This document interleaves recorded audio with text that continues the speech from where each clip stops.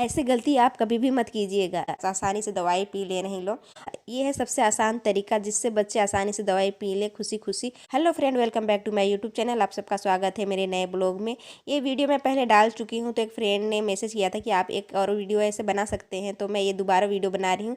I hope कि ये video से आप लोगों को आसानी हो बच्चों को दवाई कैसे पिलाएं, क्योंकि बच्चे को जब भी दवाई पिलाओ तो उल्टी कर देते हैं। तो इस तरीके से ये बच्चे उल्टी भी नहीं करेंगे और खुशी खुशी दवाई पी लेंगे। उनको पता भी नहीं चलेगा कि उन लोग कब सिरप पी लिए हैं।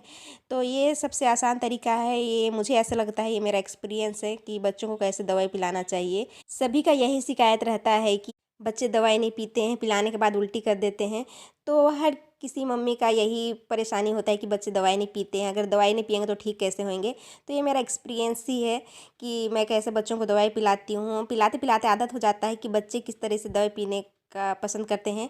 तो जब छोटे थे तो वही पिलाना पड़ता था, विटामिन डी का सिरप। तो उस टाइम बहुत परेशानी होता था हम लोग को। तब तो छोटे थे, तभी हम लोग इनका नाक बंद करके पिलाते थे तो वो लोग पी लेते थे। उल्टी तो नहीं करते थे, बट ऐसे पिचकारी मारते थे मुंह से, पूरा हम लोग के मुंह में छिटक जाता था। तो हम लोग कम से कम टाइम 2 लोगों का लगता था। एक सिरप निकालती थी, अब मैं पिलाती थी। बट अब ये ऐसे है कि अब मैं ही अकेले ही करती हूँ, क्योंकि 2-3 लोगों को इन लोग देखते हैं ना, तो इन लोग डर जाते हैं जबरदस्ती दवाई पिलाने से। उन लोग पियेंगे भी नहीं, और मनपसंद चीज़ भी रहेगा तो उस टाइम उल्टी कर देंगे। जितना अच्छा भी दवाई रहे, सिरप का अच्छा फ्लेवर रहे, तो भी लोग उल्टी करेंगे, क्योंकि आप उनको जबरदस्ती पिला रहे हो। लोग डर जाते हैं। वैसे भी लोग, इनका तबीयत खराब होता है उस टाइम, उन लोग बहुत चिढ़े हुए होते हैं और उनको आप जबरदस्ती करोगे तो नाराज़ हो जाते हैं।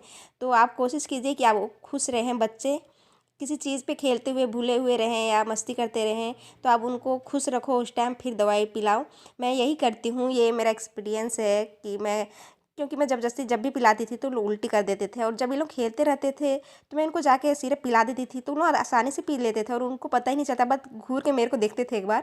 तो ऐसे करते करते मैं इनको जानने लगी कि ये लोग किस टाइम दवाई पिएंगे और कितना आसानी से पिएंगे और उल्टी भी ना करें। क्योंकि हम लोग का बहुत तकलीफ़ होता है जब इनका तबीयत ख़राब हो जाता है, दवाई नहीं पीते हैं। हम लोग टेंशन में आ जाते हैं कि ये दवाई पी नहीं रहे हैं तो ठीक कैसे होंगे। तो देखिए ये लोग खुश हैं और कैसे आसानी से दवाई पी ले रहे हैं ये लोग। तो अभी इन लोग कोई नखरा नहीं करेंगे, क्योंकि ये लोग खुश हैं अभी। अब इनको जबरदस्ती कराओगे तो कितना अच्छा फ्लेवर रहे, लोग पिएंगे ही नहीं, लोग भागेंगे। कुछ देर मैं इनको कर रही थी तो ये लोग भाग रहे थे, तो इनको मैं गोल गोल दौड़ा रही थी इनको। तो ये लोग आसानी से पी रहे हैं और इनको पता भी है कि मैं वीडियो बना रही हूँ। तो वीडियो के सामने इन लोग इसे नखरा नहीं करेंगे। जब इन लोग छोटे थे ना, तो मैं इनको पिलाती थी, तो मैं वीडियो बनाती थी कि इनको दिखाऊंगी कैसे करते ही लोग अजीब सा मुंह बनाते थे। तो उस टाइम जब मैं वीडियो बनाती थी तो मुंह भी नहीं बनाते थे, आसानी से पी जाते थे। और छोटे होते हैं तो थोड़ा डर भी लगता है कहीं नाक तरफ ना आ जाए, तो फिर भी पिलाना तो पड़ता ही है। तो उस टाइम बहुत परेशानी होता था, उस टाइम डर भी लगता था कि कैसे पिलाएं, क्या करें। बट पिलाते पिलाते आदत हो गया। और विटामिन डी तो कम से कम 1-1.5 साल तक पिलाना ही पड़ता है।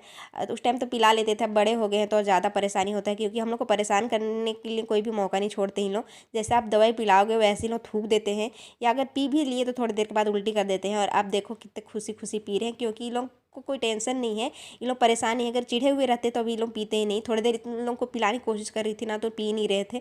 अब देखो कितने आसानी से पी रहे हैं। और क्या होता है ना, जब भी तबीयत ख़राब होता है तो एक का तबीयत ख़राब होता है तो दोनों का ही तबीयत ख़राब हो जाता है, तो हम लोग को ज़्यादा परेशानी होता है। तो अब आदत हो गया है कैसे पिलाना है, क्या करना है। बट यही होता है कि आप दिन भर उनके पीछे लगे रहो कि कब दवाई पिलाना है, आपको किस टाइम पिलाना है। तो मैं कभी कभी ऐसे करती थी कि उंगली धो के, आप देखे होंगे पिछले वीडियो में, अंगुली से पिलाई वैसे नहीं करना चाहिए। बट क्या करूँ, कभी कभी कुछ आइडिया काम नहीं आता है, तो उस टाइम मैं इनका हाथ अच्छे से धो देती थी और अंगुली से चटा चटा के पिलाती थी, तो लोग पी लेते थे।